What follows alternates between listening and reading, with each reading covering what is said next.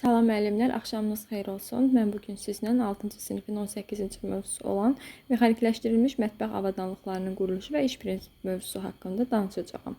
Baxın müəllimlər, mətbəxdə hansı qab-qacaqdan istifadə edirik, hansı elektrik avadanlıqlardır ki, hansı ki bunlar ət çəkəndir, qəhvə üyüdəndir, blenderdir, daha sonra şirət çəkəndir kimi deməli elektrik avadanlıqlarından istifadə edirik və aşbazlıqda qiymə və yaxud da ki, çəkilmiş ətdən hazırlanan yeməklər çoxdur.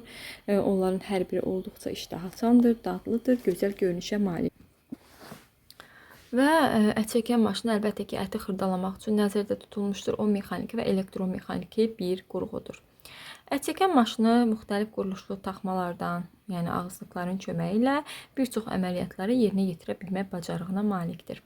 Mexaniki ət çəkən maşını çox ehtimal ki, hər evdə var, çünki müasir elektrik ət çəkən maşını çox yaxın keçmişdə meydana çıxmışdır.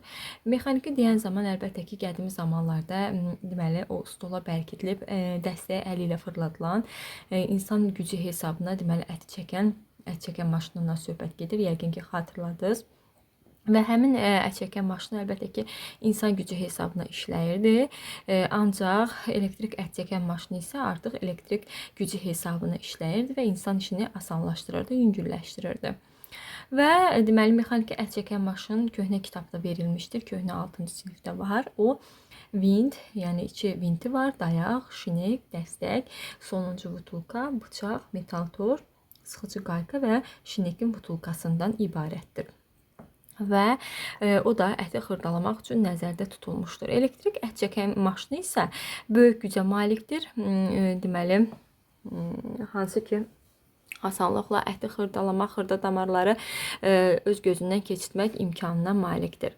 Və deməli, elektrik ət çəkən maşının iş prinsipi mexaniki ət çəkən maşında olduğu kimidir. Lakin elektrik ət çəkən maşını mexanikiyə nisbətən dəstəyi elektrik deməli, mühərriki hesabına fırlanır. Elektrik ət çəkən maşını isə mühərrik olan gövdə, ət qəbul edici üzərində nov, şinekli val, bıçaq, metal tor və bərkici qapaqdan ibarətdir. Və ət qəbul edicidən şinekli konteynerə daxil olur, onun köməyi ilə tora sıxılır və sonra isə torun səthi ilə sürüşən bıçaqla kəsilir. Ət çəkən maşının ət qəbul ediciləri tillər vasitəsilə şinek boyu keçmək üçün çox böyük ət parçasından kiçik ölçülü tikələr kəsilir. Ət çəkən maşınında ərzaqların xırdalanması fasiləsiz baş verir və ərzaq ət qəbul edicinə qoyulur və ortadan deməli oradakı o tordan çıxmağa başlayır. Elektrik ət çəkən maşını hansı göstəricilərə görə mexanikini üstələyir? Belə ki, elektrik ət çəkəni daha tez əti xırdalayır, vaxta qənaət edilir və xırda damarların öhdəsindən çəkmək asanlıqla gəlir. Adi mexaniki ət çəkən maşınında isə bu deməli xırda damarları çəkən zaman bəzən həmin o toru açmaq lazım gəlir, çünki orada ilişmə prosesi baş verir. Bıçağı çıxartmaq lazım olur, bıçağa dolaşmış damarları təmizləyib yenidən yığmaq gəlir ki, bu da əlbəttə ki, vaxt itkisinə səbəb olur. Və elektrik ötürücüsü olan ət çəkən maşının işlənməsi üçün onları masaya ki, bərkitmək lazım gəlmir. Çünki masanın üstünə qoyursan və şəbəkəyə qoşub asan şəkildə bu işi icra edirsən. Təhlükəsizlik üçün isə məişət elektrik ət çəkən maşını adətən daha dar və uzun ət qəbul edicisi boğaza malikdir. Onların dəstində deməli barmaqların şinekə düşməsinin qarşısını alan xüsusi bir itələyici mövcuddur.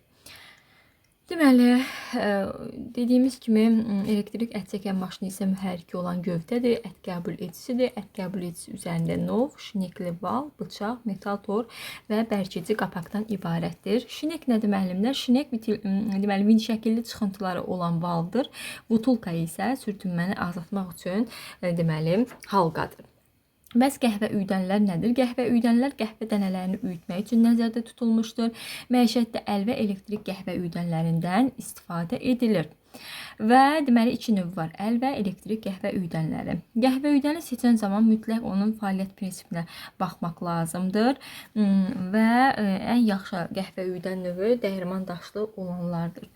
Mexaniki qəhvə üyüdən əl gücü və dəyirmanın köməyi ilə üyütmə prosesini yerinə yetirir və dadbilmə qabiliyyəti yüksək olan insanlar hesab edirlər ki, mexaniki qəhvə üyüdüləndə üyüdülən qəhvə elektrik qəhvə üyüdüləndə üyüdülən qəhvəyə nisbətən daha ləzzətli olur, çünki üyüdülmə zamanı zamanı qəhvə dənəsi qızmır, istinin təsirinə az məruz qalır, yanma prosesi olmur.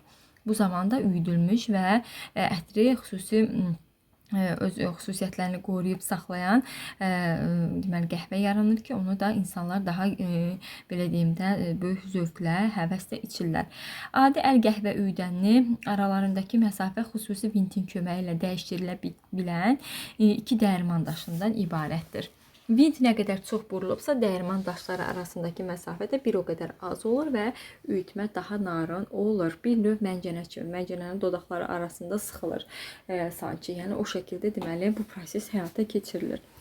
Dənələri iki dəyirman daşı arasında qufa tökürlər və dəyirman daşlarından biri sərt bərkidilmişdir, digəri isə dəstəyin köməyi ilə fırlanır və həmin o divarların arasında sıxılaraq qəhvə dənələri üyüdülməyə başlayır.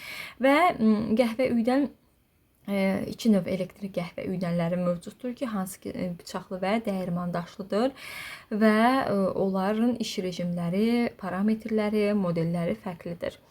Və ən müasir qəhvə üyüdənlər hərəkət verici qüvvə kimi elektrikdən istifadə edilir. Elektrik qəhvə üyüdənlər üyütmə zamanı bıçaqdan, blenderdən, mikserdən kimi deməli prinsip etibarilə eynidir və bu zaman bu prosesləri yerinə yetirmək üçün dəyirman daşlarından istifadə edilir. Bıçaqlı qəhvə üyüdənlər silindir şəkillidirlər. Qoşulduqda fırlanan və qəhvə dənələrini xırdalayan bıçaqla təchiz edilmişdirlər və bu zaman belə deyim də üyütmə dərəcəsini, üyütmə vaxtını dəyişməklə tənzimləmək olur. Qəhvəni nə qədər uzun müddət üyütsək, üyüdülmüş məhsul narin olacaqdır. Və müəllimlər sürətin çoxalması dənəciklərin bərk qızmasına səbəb olur. Nəticədə yanır, acı dad verir qəhvələr. Bu halda qəhvə üyüdənin böyük gücə malik olması mənfi rol oynaya bilər. Bir növ belə deyim də nazı ilə oynamaq lazımdır qəhvəni üyüdən zaman ki, daha zövqlü məhsul əldə etmək olsun. Qəhvə üyüdənin konteynerinin həcmi çox az olması əlverişli deyil, çünki bir neçə dəfə içini doldurmaq lazım gəlir. Bıçaqlı qəhvə üyüdənlərin müasir modelləri mühərrikin qızmasından qorunması və işləyən cihazın qapağını açan zaman avtomatik sönməsi ilə təmin olunmuşdur.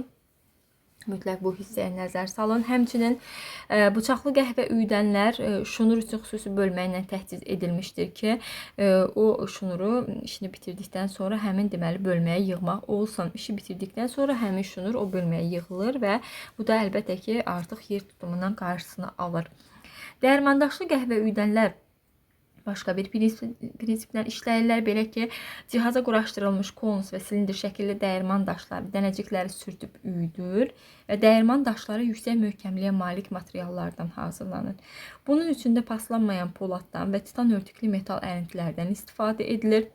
Bıçaqlı qəhvə üyüdülənlərdən fərqli olaraq dəyirmandaşlı qəhvə üyüdənlər iki konteynerla təchiz edilib. Konteynerların birinə qəhvə dənəcikləri, digərinə isə üyüdülmüş qəhvə tökülür. Dəyirman daşlı qəhvə üyüdənlərin gücü bıçaqlı qəhvə üyüdənlərdən çoxdur, lakin sürətdə öz əksini tapmır. Bu qəhvə üyüdülənlərdə sürət yüksək olduğundan dənəciklərin əzilməsi zamanı ətrinin və digər xüsusiyyətlərin saxlanılmasına imkan yaranır. Və təhlükəsiz qaydalarımız var ki, hansı ki bu zaman ətçəkən maşını ilə işləyən zaman mütləq şəkildə diqqət etmək lazımdır. Hansı ki barmaqlarımızı qorumalıyıq. Daha sonra bıçaqlar deməli belə deyim də iti olmalıdır. Mühərrikin artıq yüklənməsinin qarşısını alacaqdır.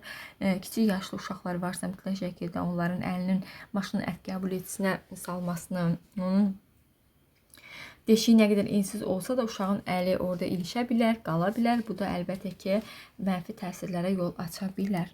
Ona görə də mütləq təhlükəsiz iş qaydalarına riayət etmək lazımdır. Mövzumuz asandır, sadədir, sevilən bir mövzudur. Diqqətlə qulaq asın, bəyənib, abunə olub, rəy bildirməyi unutmayın. Kimlər miqə sertifikasiya imtahanına hazırlaşıb mənimlə yüksək nəticə əldə etmək istəyirsə, şərh bölməsində qeyd edə bilər. Uğurlar hər kəsə.